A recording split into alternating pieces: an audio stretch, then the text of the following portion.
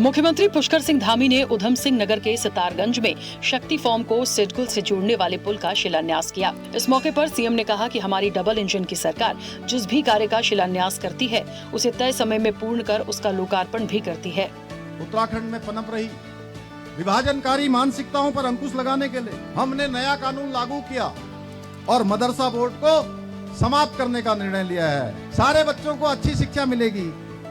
हम देवभूमि में जो कट्टरवादी मानसिकता है उसको पनपाने वाले अलगाववादी केंद्र नहीं बल्कि ज्ञान और संस्कार और शिक्षा के मंदिर स्थापित करना चाहते हैं।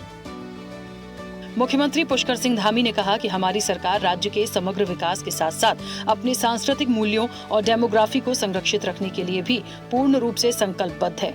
हम प्रदेश में लैंड जिहाद, लव जिहाद और थूक जिहाद जैसी मानसिकताओं के खिलाफ भी कड़ी कार्रवाई कर रहे हैं। देवभूमि की पवित्र भूमि पर किसी जिहादी को पनपने नहीं दिया जाएगा। संकल्प लिया है कि एक भी बहन को ये यूसीसी लागू होने के बाद हलाला हो, बहुविवाह हो, इद्दत हो या 3 तलाक हो, कहीं भी कोई घटना आएगी तो उसके खिलाफ कानून अपना काम करेगा। मुख्यमंत्री पुष्कर सिंह धामी ने कहा कि मैं इस मंच के माध्यम से ऐसे सभी पाखंडियों को साफ कर देना चाहता हूं कि ये देवभूमि की पवित्र धरा है और यहाँ जिसने भी हमारी आस्था और संस्कृति के साथ खिलवाड़ करने की कोशिश की तो उसे ऐसा सबक सिखाया जाएगा कि उसकी 7 पुश्तें भी याद रखेंगी।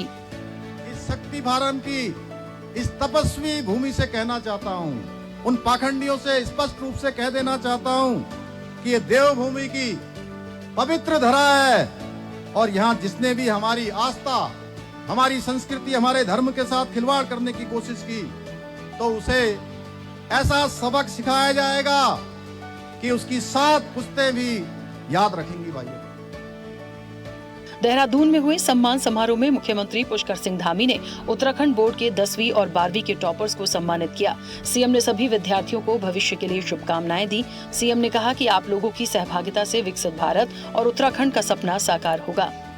देश में नई शिक्षा नीति लागू किया है, नई शिक्षा व्यवस्था को और अधिक आधुनिक बनाने के लिए और अधिक व्यवहारिक बनाने के लिए और गुणवत्ता युक्त बनाने के लिए ऐतिहासिक कदम उठाया है और आदरणीय प्रधानमंत्री जी के मार्गदर्शन में हम भी, हमारी सरकार राज्य में शिक्षा में नवाचार, डिजिटल लर्निंग, भारतीय मूल्यों पर आधारित शिक्षा व्यवस्था को सशक्त बना।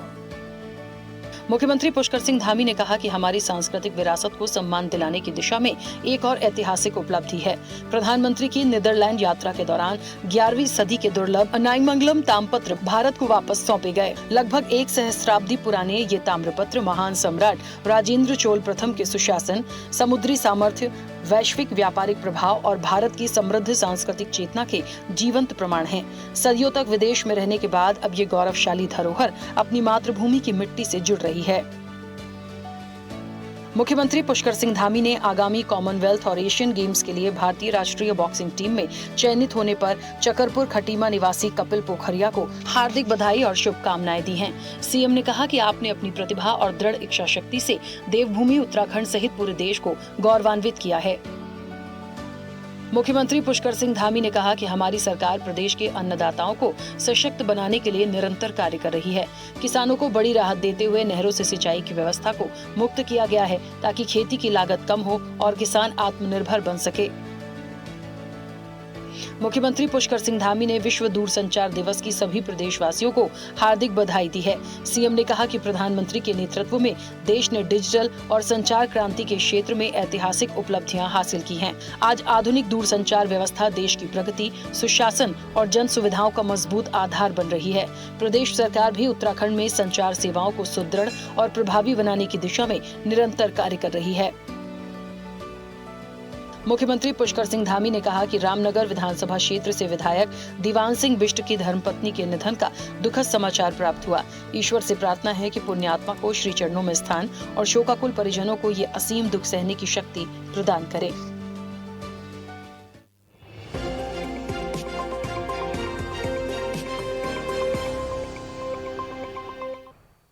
ऐसे ही वीडियोस के लिए लाइक करें, शेयर करें, फॉलो करें।